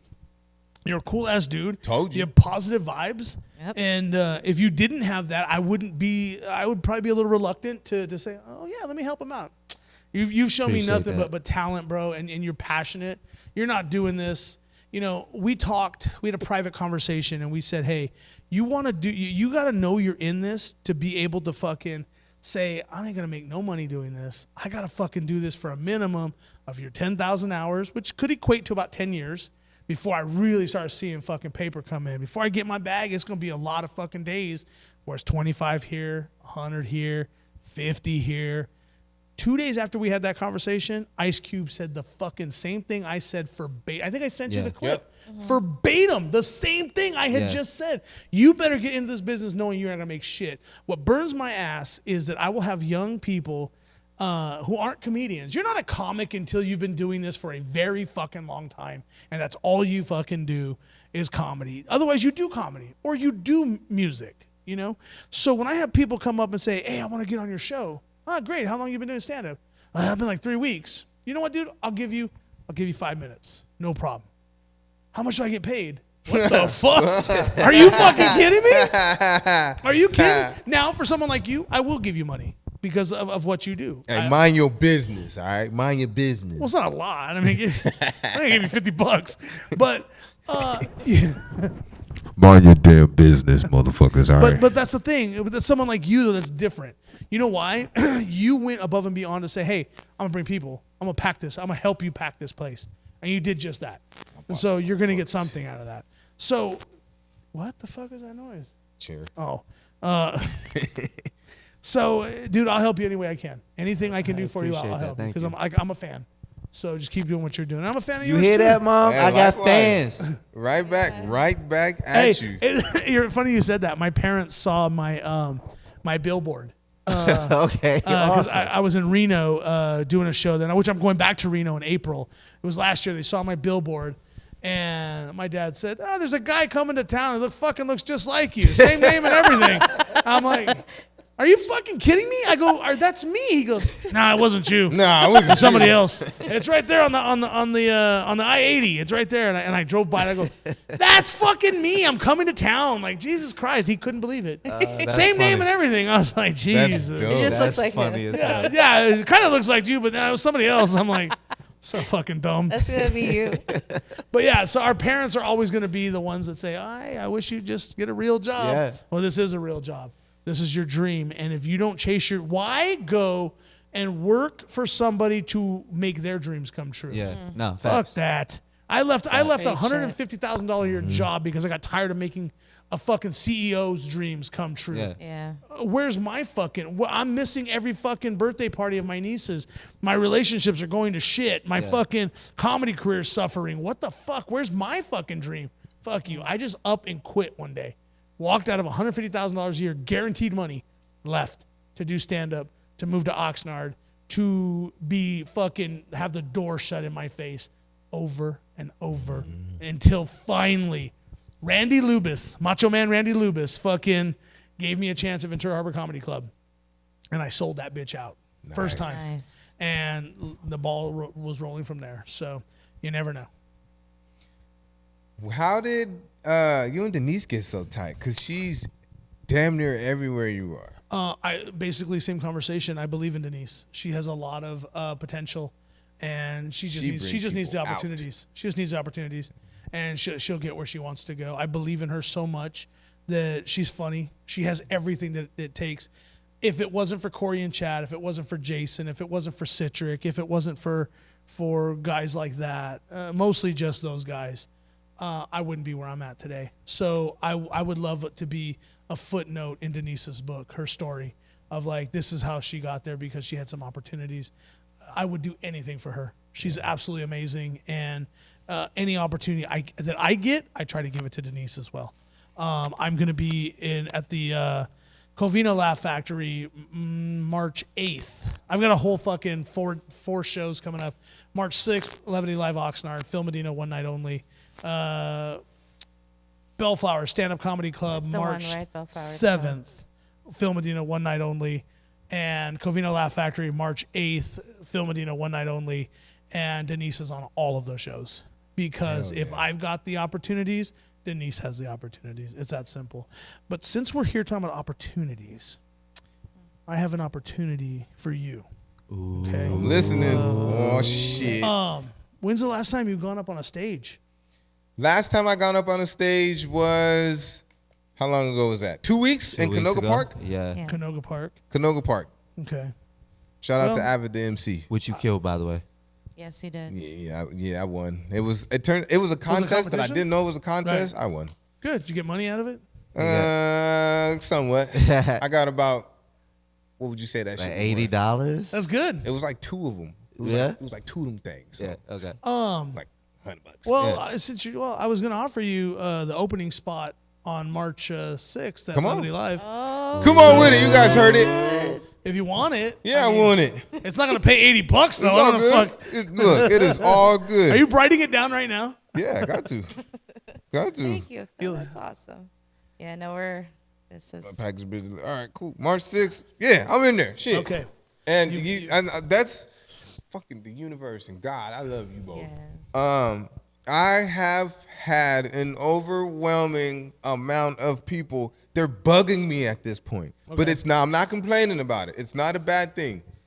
When are you going to be at Levity? Or when's your next show? Well, I'll And do this, one better this, for and you that. then. Everybody, all of your people that want to come out, since they're fans of yours and they want to come see you, we won't charge them for tickets. We'll just give them tickets. And they Okay, come for y'all free. heard it. Y'all So- heard it. Now, I don't want to hear y'all talking all this. All right, now I'm talking directly to my people, all right?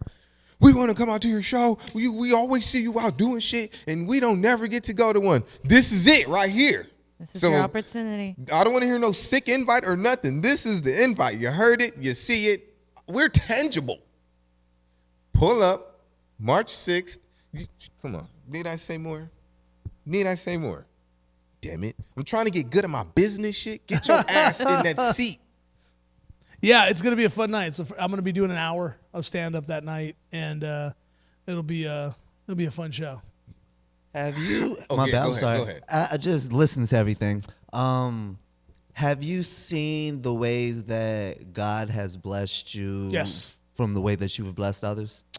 I'm a big believer. I think we talked about it again in our private conversation, which is not being so private now. Not anymore. I mean, Not anymore. It's I'm a big believer in the universe. Yep. I'm a big believer in the law of attraction. I've read the book. Yep. I've read The Secret. I've read The Power. I've read all those books. They changed my life exponentially. Like if it wasn't, and here's the thing. I don't believe in karma. Karma's not real, and I'll tell you why. It's like, oh, motherfucker, you're going to get yours. That's like me drinking poison hoping you're going to die. Why am I don't care about that. The way the universe works is it doesn't even matter. I just love to bless people with opportunities. I'm also very positive, and I have a very positive mind frame when it comes to my career. If I give you the opportunity, it's just to help you believe in yourself a little bit more so you can manifest your own success. I can't do that for you, but what I can do is I can give you the opportunity to get you further along in your manifestation journey. Same thing. Give you the opportunity Now you're like, man, what a high that was. I want to feel like that all the time. Well, get better. Right. Get better so I can say, Keep hey, man, working. I want to put you on my show at Stand Up Club in Bellflower. Hey, man, I need you to open for me in Arizona. Or, hey, man, I need you to do this. Keep working. Keep getting better at your shit and keep doing what you're doing. And same thing goes for you. You keep going, and the way you'll feel when you see 400 people, like, you getting all these new followers, it will make you feel like it's something I want to do for the rest of my life, and I feel so good about this. I'm going to manifest this, manifest that. So yeah, I see that, but I look more of it like, man, if I can be a part of somebody's story, like, man, I got to do this because of Phil, then, hey, that's awesome. That's cool, man. At least I was there. At least it wasn't all bad. At least I wasn't such a fucking a piece of shit in life. Yeah. You know what I mean? People can be like, oh, dude, what a fun guy. Yeah, when I'm dead and gone, I don't give a fuck. Just don't ever say that I was a gatekeeper or I was a piece of shit. Just fucking say, hey, man, he was a fun guy. That's it. I like that. That's it. That's it. But no, me blessing people is just a part of this, how you're supposed to really do it. Yeah. But I'm not saying I bless everybody. Be a fucking piece of shit. I'm not fucking trying to be a part of that negative energy or a part of that life. That goes back to what I was saying. You got to be working. You got to be doing some shit, because I'm getting to that point. I'm getting to that point where if I don't see the work, and if I don't see you actively doing what it is that you say that you do, you can't come up here. Like in the beginning, I was letting everybody come up here just so, I can be seen and that people can see that I'm actually putting in the work. When you get good at something and when you continuously work on your craft, it's not just your quality gets better, but the quality around you gets better too. Right. And that's what I'm striving for. So everybody can't go. Sorry. Everybody can't go here. You can go somewhere else, but everybody can't come up here. Why can't they come here? What's your problem? They got to fucking put that work in, son. Put the work in, son. Yeah. Don't tell me you're the best player on your team and all I see you throwing up is bricks. Yeah. You're not finna brick over here. No, you definitely want to have people that want to chase it. You know what I mean? Especially the way I see how you work and how you run, and I see you. I watch everything that you do. I mean, don't think for 1 second that I'm not paying attention. I always watch. I didn't know you didn't have any hair, but I mean, I just thought that. That's Don't try to be with first time I ever saw you without a hat on. Baker. But no, I just no. You're right, man. You got to chase it. You got to absolutely want it. And if you don't want it, then move away and let somebody else move to the side. Let somebody else take it. Don't block other people. The biggest thing is, man, this is the secret to not just entertainment or not just your dreams or your hopes or your just be a good person. Yeah. Just treat people the way you want to be treated, and it makes life, not because of karma, or really, because I don't think it's real. I think what's real is you treat people good, it makes you feel good. Yeah. You know what I mean? And when you feel good, you can vibe higher. And when you vibe higher, the universe is way more open to give you what you want. And along with all of that, be very grateful for what you have, even if it looks like you don't got a lot. Mm-hmm. Be very grateful, because if it looks like you don't got a lot, be grateful for what you do have. Do I have everything that I want? No, I know it's on its way. I know it's coming. I know that there's some things I haven't even announced yet that I can't announce because of NDAs and stuff, but it's coming. I'll tell you, but it's after this. Not the whole fucking That's thing. That's on Patreon. Are you nuts? But no, man, it's I'm very blessed and I'm very grateful for not just everything I get to do in my life, but I'm grateful to be on this show. Thank you, man. Of course. You. I mean, we made it happen. 3 years. Here. Do you've been asking me, and just she asked me one time, and here I am. I was always nervous. The universe. Yeah, we would joke about that too. And I would tell Denise too. I would tell Denise too, because she would encourage me. Just ask him. He'll do it. I'm not gonna say he's gonna do it tomorrow, but he'll do it. You just gotta ask him. Like, same thing with Tina. Like, she's the one who told me too. You need to go talk to Denise. You need to go talk to Alanette. Go talk to these people. You guys are in the same room for a reason. Go holler at them. Mm-hmm. I was always just like, not that I was too cool, but I didn't want to come off like a No, you're dick. doing it the right way, because there's a lot of times I'll be doing shows, or especially in Hollywood, and I'll see big Hollywood people, And I'm in a couple different industries. You know, I'm in the voiceover industry. I'm in the fucking in the acting industry. I'm in the stand-up industry. When I see people that I admire in any of those genres, I don't fucking go over to them. I admire from afar. And if we happen to cross paths, then great. If we don't, we don't. It's not a big deal to me because there's honestly, this is what I say, and remember this.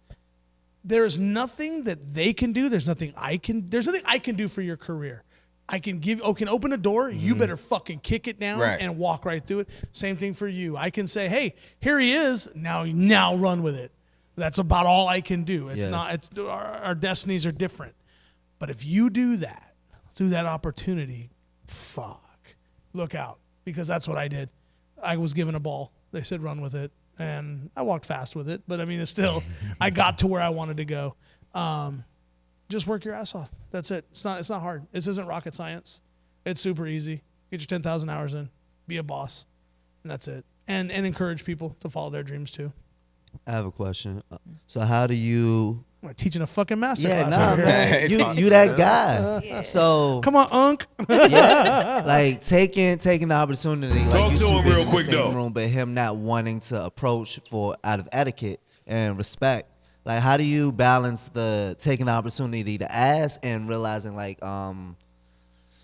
not doing it? Like, how do you for balance me, that? perfect example, George Lopez. Okay. I'm at Levity Live watching George. George knew who I was through Citric. Knew that I was a comic. Knew because he came one night to see the new club. I happened to be there with my show that night, and he goes, "What the fuck? Who the fuck are these? Did they tell him the show was tonight? It was my show." And he looked. He's like, "Who the fuck is this guy?" Okay. And the fucking show. You've seen my lines. The lines to get into my show go from the front door of Levity all the way to fucking Target. Yeah. And so it's like, who the fuck is this guy? So he took notice.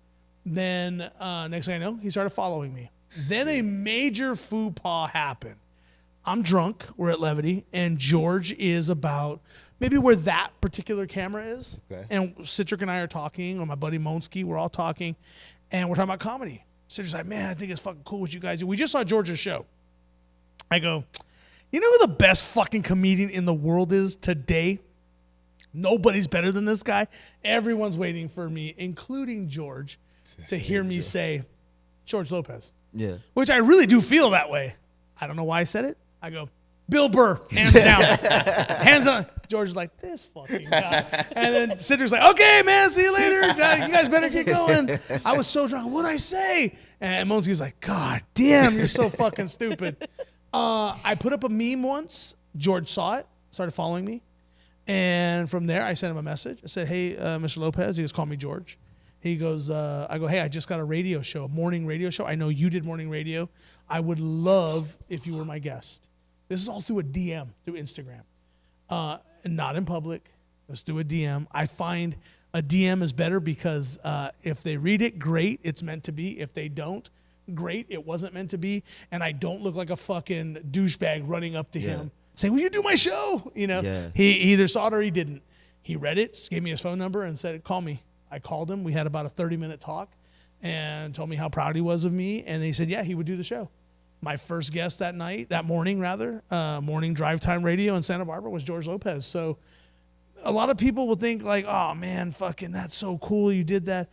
I was fucking scared saying that message, but it was through a DM, so I didn't feel like a douchebag running up and saying, that's real. Oh dude, will you do my morning radio show? But after that, I got Sean Wayans, Steve-O, Bill Burr. I got a lot of comics that came through Levity just because of that George Lopez interview, because they knew I could handle it. So do that. Do DMs. Yeah. That's my biggest thing. Slide into their DMs. Don't be a creep about it. Put it through ChatGPT to make it sound as professional and grammatically correct as possible. You want to come at everybody with fucking good fucking fucking verbiage. You don't want to come out like not that you would, but I mean, what's that? I said these kids are cooked. Then if that's the case, fuck, bro. There's no fucking way. Hey man, do my shit. That's gonna be a no. You need me. No, and I agree with you 1,000% because it's worked for me. You know what I'm saying? Like I've got to, do shows with Precious Hall. I've had Brent Taylor on this podcast, you know what I mean? And it's just, and then like even when I met Mike F, shout out to my boy Stacey Taylor.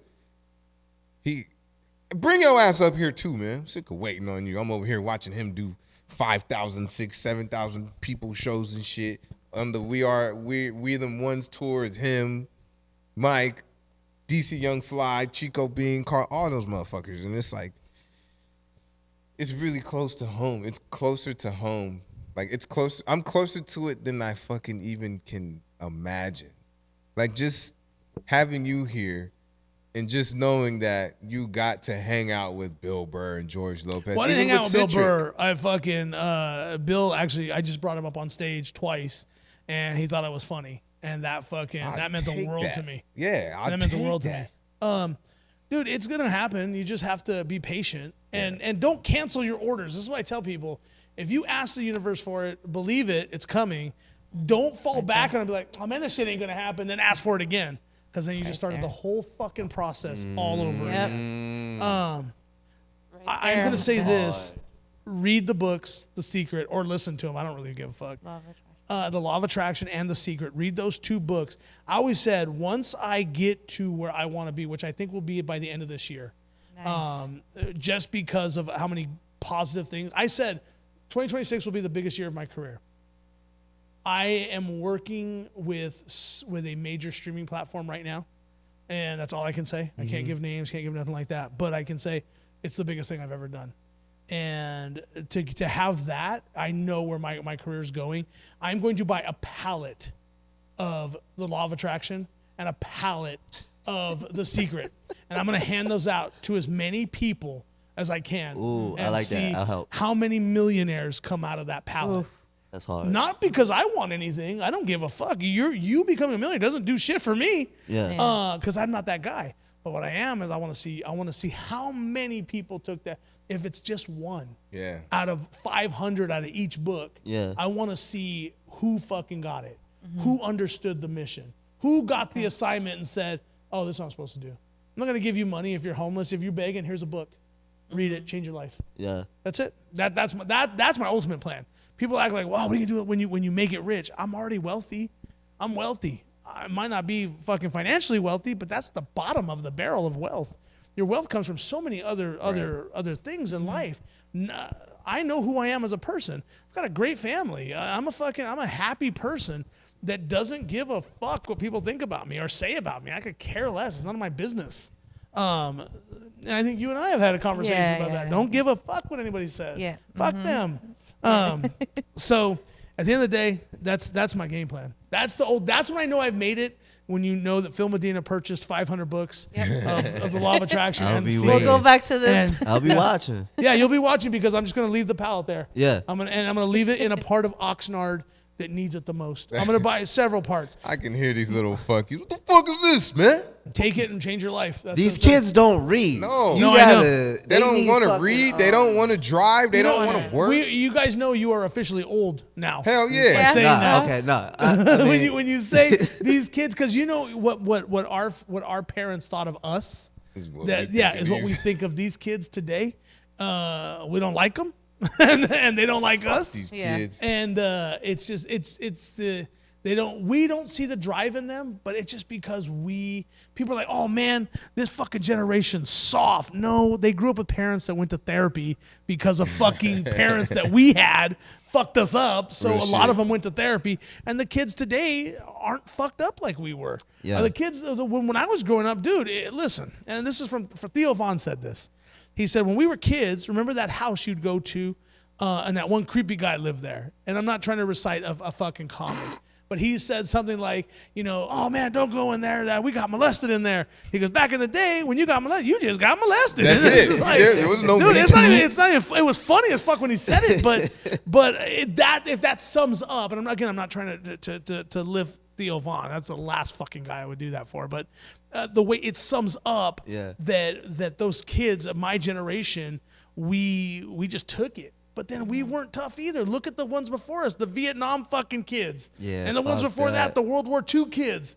It was those were tough fucking kids. 8-year-olds out there fucking slinging fucking sledgehammers, building railroads and shit, dude. Like, you tell me an 8-year-old today can't fucking live one day without Bluey. Like, come on, dude. Motherfucker, you went from a fucking sledgehammer driving fucking nails into a goddamn railroad to Bluey? Shit. Nah. No. I don't like what you said, and I need to take a mental health day to process the negativity you've thrown my way. Shut your little bit. If you've been to my show, you heard me tell the story that happened to me in Denver. And in Denver, I did 4 sold-out shows at the Denver Improv, and I got standing ovations on every fucking show. It went really good. And I had a young lady approach me on the Saturday night show, last show. And she said, hey, listen, I just want you to know that I watched your TikToks, which I got rid of TikTok. I'm not on TikTok anymore. Don't even look for me on there because I'm not there. I don't want to be on TikTok. It's such a weird platform, and I have no desire to have all my information fucking stolen and given out. They asked me, she said, hey, I watch your stuff on TikTok and Instagram. I bought tickets because I thought you were going to be funny, and all you did was fucking piss me off. And she's like, you're so disrespectful to women. Oh, I remember this one. Holy shit. What are you fucking talking about? I'm not disrespectful to women. Are you crazy? My mom's a woman. Why? Right? Not disrespectful to women. And she said, maybe, by the way, 4 standing ovations. She says, maybe if you stop saying the word bitch, you'll get more fucking laughs. Bitch. And I said, that's your favorite one. And I just told her, I said, listen, everything I say on that stage, my mom hears it first. And if that bitch don't have a fucking problem with it, bitch, I don't know why you got a fucking problem with it.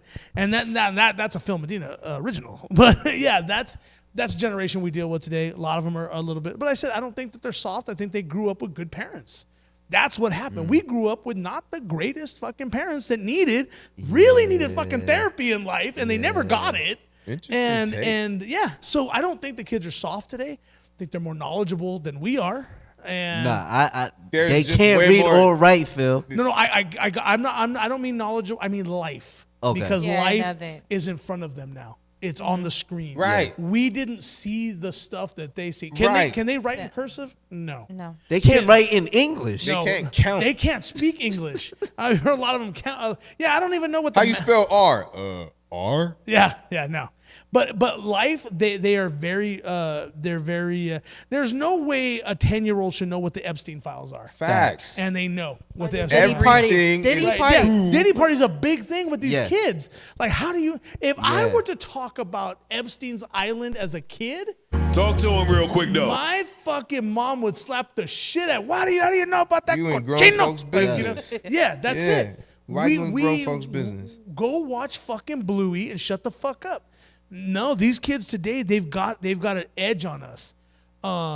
Maybe not. See, I'm not a big fan of school either. Yeah. Only because I think school sets you up to be a worker bee in life. So Big for me, facts. if you don't do great in school, do great at something. Right. If you're an F student, listen, this is my problem. As a kid, I fucking went too high to show my parents, like, oh, I can handle this. Then I get to a certain teenage point in my life, and I'm down here. Well, fuck, I already showed I can live up here. So, but if this is all you can give me right here, then I'm going to do something that's going to bring something else out of you that shows me you can perform up here at something else. Yeah. School ain't nothing but getting you ready for prison or work. That's Facts. it. Yeah. That's all I see. And I'm not a big fan of it. People, that's very controversial what I said. People are like, oh, they need school. For what? I'm never going to fucking use geometry. Never. I never did that shit at all. And what the fuck? I use ChatGPT for my punctuations because I'm horrible at it. And that's why I'm a stand-up comic and not a fucking doctor. Yeah, exactly. So, any other questions, man? Because I want to fucking go home. You want to get up out of here? Shit, we can end it right now. No, I'm just talking shit, but I do appreciate you. I do have somewhere to go, but I do appreciate you.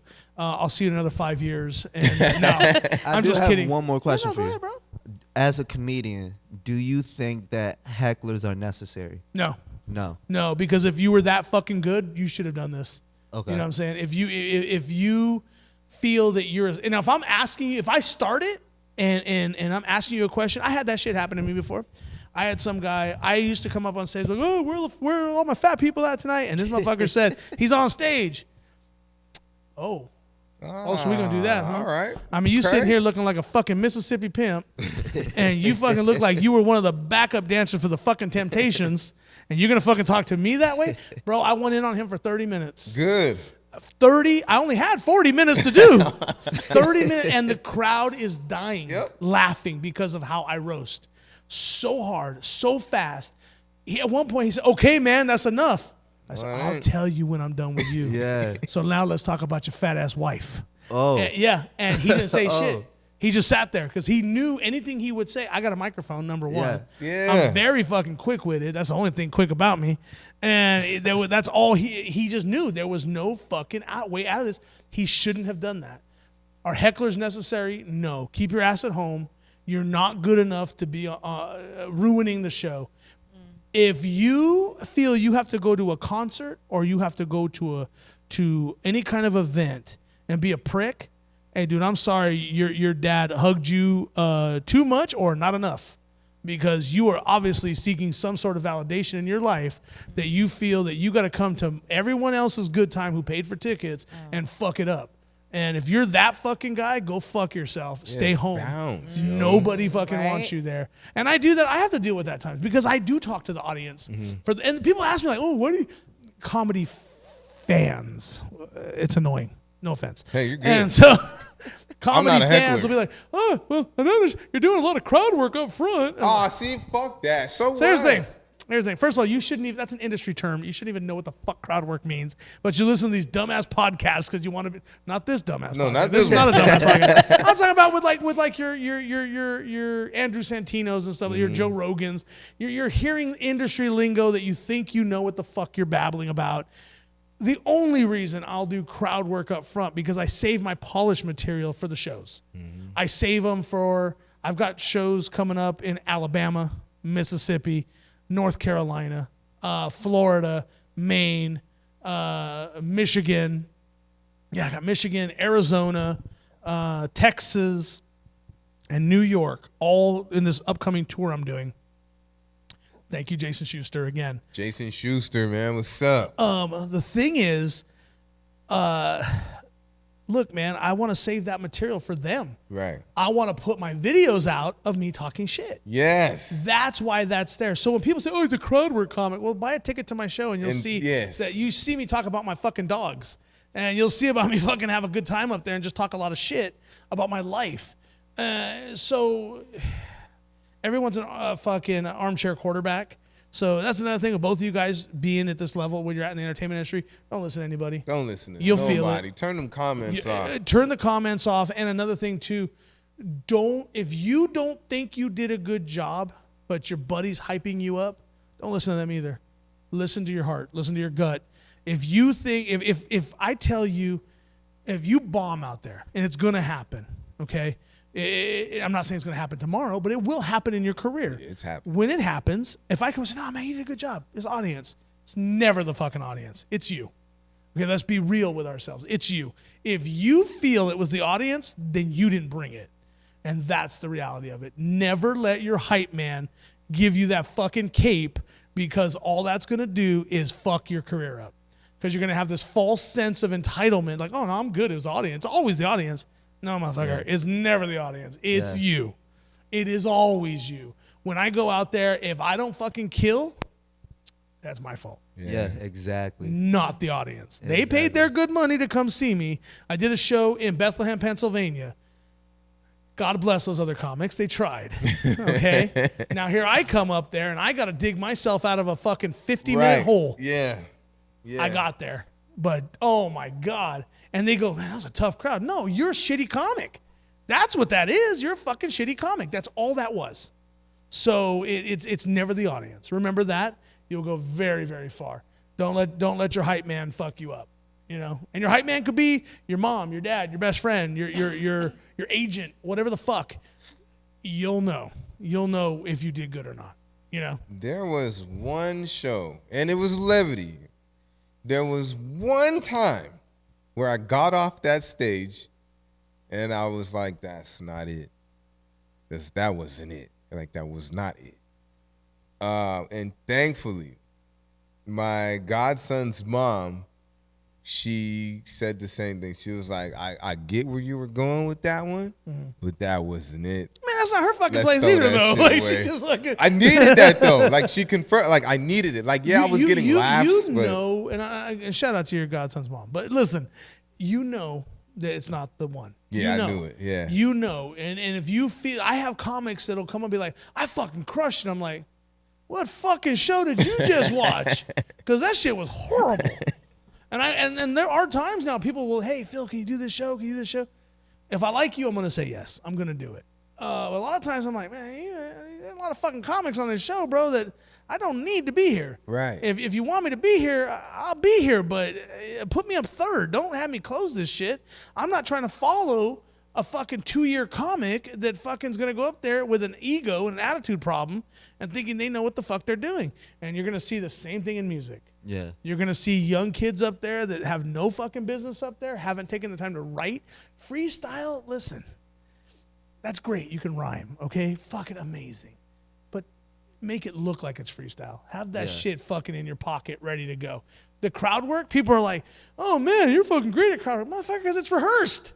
It's rehearsed. The same shit I said in fucking Baltimore is the same shit I fucking opened with in fucking Oxnard. It's rehearsed. It's not fucking. You think I just walk up to somebody and say, oh, so how's it going? Who's this, your Uber driver? No. I fucking said that already in Florida. But Like, that's the magic, though. that's it. That's the secret sauce. Yeah. You know what I mean? As those fat people say. But that's the you secret got sauce. that, though. Yeah. You have that. And as an artist, if you're up there and it looks like you're about to spit a freestyle, I've got friends out there who do a freestyle rap, and I'm like, Yeah. bro, none of that fucking rhymed. Is that out of the game now? Nobody rhymes anymore? Because that's some shit. As an entertainer and an artist, you make it look as good as you can. Yeah. You know, you make it fucking look. Stand there, give it a pause, like you're thinking about it, even though it's in your pocket already. You already know what you're gonna do, and make that shit pop. People will be like, he's amazing, and that's where I get that. People are like, man, that motherfucker's so quick. No, I'm not quick-witted. I just maybe cut this part out. But anyway, it's just it's just. But it is. It's when you go to a show. Back to your question, a heckler, not necessary. Enjoy the show. Shut the fuck up. You're not the show. The only thing that's going to happen with a heckler at my shows will be I will ask you once to shut up. If I have to ask you again, I'll be like, hey, they need some water. And that means security, get them out. Because everybody paid. Yeah. You ask Alexa what my ticket prices are, and you will be shocked to hear what they go for. And it's wild what my ticket prices are. That New Year's Eve show, they were selling tickets on StubHub for my show. $800 for the for the tables. It was a great I get show. none of that money, and I appreciate that. That's amazing. I was so drunk though, but it's just. Oh, your J's look nice too. That thanks, was the man. first thing I seen. But yeah, dude, just fucking go have a good time. Don't spend $800. And somebody bought that table Somebody for $800. bought that table. And if you go to my show and you spend $800, shut the fuck up. I don't owe you a fucking thing. Just I'll go shake your hand at the end of the night, but you don't need to interrupt my show. So hecklers are not necessary. We took a mile to get to that simple question, but That's how it works over here. That's how it works over here. I don't mind hecklers. Now, look, I'm gonna get you, and then like I'm gonna get you first, but then you know what I mean. When it's time to be quiet, I need you to be quiet. here's the thing: 9 out of 10 times that heckler might be funnier than you. What do you do then? Now you've lost the audience. You don't need hecklers, and you should mind them. You should mind them because they're not a part of the show. What you're doing up there, you're going up there prepared. You're not going up there. It may look like you're loose. And a lot of people think like, oh man, Phil's just fucking up there just riffing right now. Nah, never the case. Never the case. I'm very prepared. Even if it's not stuff that I would normally say, nobody sees. I'm looking at that audience way before I fucking take that. I know who's in the front row. And I'm back there. Okay, I'm going to say this. I'm going to do this. I'm going to say that. Prepared. I'm very prepared. A heckler comes up and fucks me up. Then I will say something. I'll be like, hey, man, ain't nobody paid fucking $80 a ticket to fucking come see you tonight. Take your ass, go sit at home, or go watch this shit on TV where you can talk back at the screen. You know, do that. Just stay the fuck out of my place, though. That's my house. All right. That's it. So, no, you don't want hecklers. I'm just letting you know. Noted. Yeah. Fuck you guys. Fuck you guys. Is there a place to piss here? Yeah. Yeah. We'll get up out of here. Shoot, let me do the outro music. You guys heard it. March fucking 6th. Let me just do this. March 6th, Oxnard Levity Live. Come see both these guys. They're going to be at the show, and I'll be there. I might be there. We'll see what happens. Yeah, we'll talk about it. Okay. Come out March 6th. It's a Friday night. You can't miss it. And everybody that's listening to this podcast, everybody who's a friend of Julius, that you guys are going to get free tickets. You're not going to have to pay. All right, y'all heard it, y'all. I'm going to clip this. Yeah, so you're going to get in for free. Everybody else got to pay. Hey, wait in line too, y'all. Go wait in line. That's another thing. We had an issue with your people last time. Yeah, wait in line. Go to the line. Don't follow me. Wait. I'm not. People trying to get in the green room. Like, hey, what the fuck's going on? I'm not doing that shit no more. That's a part of the etiquette that I learned. I'm taking don't call me. Go wait in line. I will be in the building. Go wait in line. You can try to call me. You're probably not going to get an answer. If you got your ticket, you are straight. Just go wait in line. Or if you want to bypass the line, you can buy the tickets. It just I have a guarantee, so I didn't really have to buy them or not. But if they do buy the tickets, they don't have to stand that ridiculously long line. Just remember that too. But everybody, anybody who's with you is gonna get free tickets. So appreciate you. No, man. Of course, man. Nani, holla at him. What we got coming up? Again, we have Sonic Alchemy on next Wednesday, February 18th. Next Wednesday, February 18th, Jungle Hollywood. What time would it be? It's 6 p.m. Doors open at 6. Tomorrow, we only have till the 11th for the $10 ticket, and then it'll be $15 before the 18th and $25 at the door. That part. So, and DJ The Prince will be performing with other great artists, and I'm going to be there. Sponsored show as well. So, again, February 18th, next Wednesday. That is at Jungle Hollywood. I'll add him, DJ. February 18th, Jungle Hollywood. Have March a good stage. 6th, Levity Live. No, they have a great stage. They do have a great stage. And a good sound. Real quick though, man. I'm tired of going to these places where the mic, you can't hear shit. It's just all bass. I need to hear the instruments, all right? I already can't see, so I need to hear shit. I'm fucking spoiled when it comes to the sound. You need good speakers. You need good microphones. I don't want to fucking rap on your little iPhone headphones microphone. I don't want to do that shit, all right? Don't tell me you're a professional photographer and you got your cell phone with a light like this. I'm sick of this shit. Look the part. Have you ever seen the show Good Times? Yes. You just ranted like James, like the dad for the longest time right now. Damn it, JJ! Get better speakers. I gotta tell you one more time. I always thought that guy was gonna haul off and hit those kids, right? Oh, he did. He for sure did. I told you get your lines right. Bah! Did you see how scared they was of him? He beat their ass. Yeah. So when they fired him from that show, but everybody had a party. Esther Roll looked happy as shit. Hell yeah. DJ, what you got for us? I ain't got much, man. God is good even when life seems dark. God is good. I really don't have much else to say. You can follow me on Instagram, DJ the Prince _ all one word. I'm in great company. Real quick, Nani, Phil, Medina. This is an amazing great company circle to be. that we have. Yeah. That's Oh shit. Hey, Yakwiz over here, man. And this message is specifically for you. Keep God first in everything that you do. No sunsets over here. We always shining, and you can't fall if you don't trip. Peace. Peace. We see you. We see you. We see you. Turn a mess to a flex, that's next. Realquicctho, roast you, still love you. Joke so sharp, but it hug you every night. Got the group in tears, funny is the world, that's clear. Say it, say it.